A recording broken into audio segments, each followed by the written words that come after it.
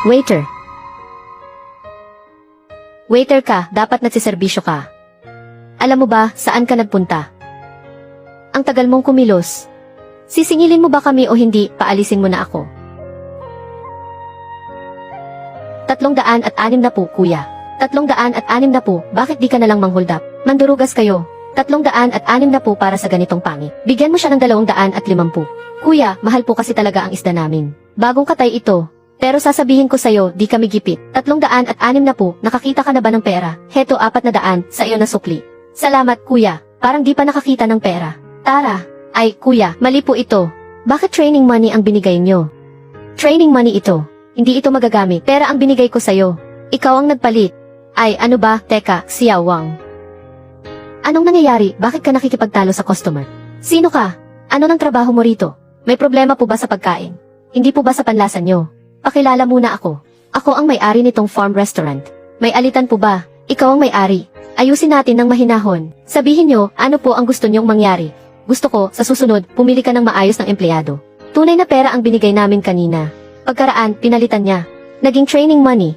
Hindi mo ba pinapasahod empleyado mo? O di pa siya nakakita ng pera? Hindi naman po. Si Xiao Wang, 2 taon na sa amin. Masipag siya at maayos magtrabaho. Siguradong hindi siya magkakamali. At sa meeting, lagi ko silang pinapaalalahanan. Kapag tumatanggap ng cash, dapat harap-harapan itong tingnan at bilangin. Kung hindi, ikakaltas iyon sa sahod nila. Kuya, ano nang ibig mong sabihin? Na training money ang binigay ko. Peke ang pera ko. Na di ko kayang kumain dito.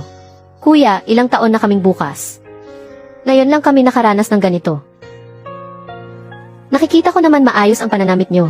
Mukha namang di kayo kapos sa bayad sa pagkain. Kapos kami sa pera. Nagkamali kami, sino ba may ganito? Ikaw ang nagpalit, di ba? Hindi.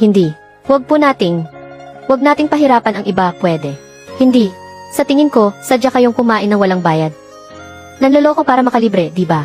Kami ang kumakain ng libre. Wala ka bang hiya? Ano bang ibig mong sabihin? Ako, ibig mong sabihin, di ko kaya magbayad. Kaya ito ang pambayad ko. Nakita mo naman, kayong dalawa, kapag ginawa nyo ito sa ibang lugar, makakakain kayo ng libreng tinapay sa kulungan. Ganito na lang, libre ko na itong mesa, hindi madali para sa dalagang magtrabaho. Humingi kayo ng tawad sa kanya, pwede. Hindi. Sino bang nakakita? Hindi. Di raw ako makabayad. CJ, kapag nahanap ko ngayon ang ebidensya, na kayong dalawa, ang talagang nagbigay nitong training money. Pagdating nyon, dapat panagutan nyo ang ginawa nyo. Lakas ng loob nyo. Sige, maghanap ka ng ebidensya. Ako ang magpapasahod sa kanya ngayong buwan. Sige, ikaw ang nagsabi niyan. Mga tito at tita sa harap ng screen. Naniniwala akong nakita nyo. Ang buong nangyari kanina. Kung totoo ngang ang 2 customer na ito,